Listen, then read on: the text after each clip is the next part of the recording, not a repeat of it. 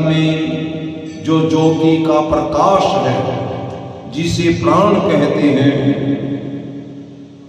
और जिससे जीव में चलने फिरने, खाने पीने, बोलने और इंद्रियों का सुख भोगने की सामर्थ्य बनी रहती है। जब वो प्रकाश शरीर से निकल जाता है तब वो जीव मृतक होकर गल सड़ जाता है।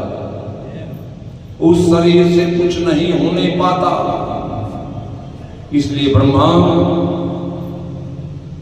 तुम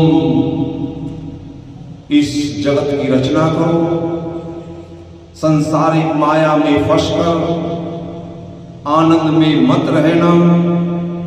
तप करने से तुमको मेरा दर्शन समय समय पर होता रहेगा और तुम मन में सदैव दया रखकर सभी जीवों की रचना करो।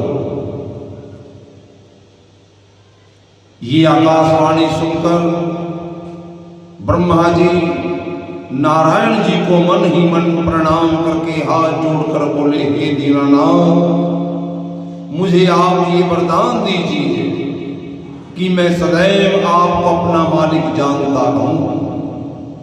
संसार के उत्पन्न करने में मुझे कोई आसक्ति ना हो।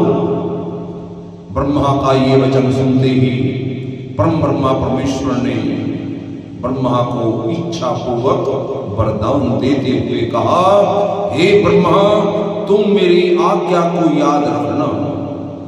ये संसारिक व्यवहार को परछाई के समान झूठा समझना तो तुम्हें कभी भी मेरी माया नहीं व्यापेगी।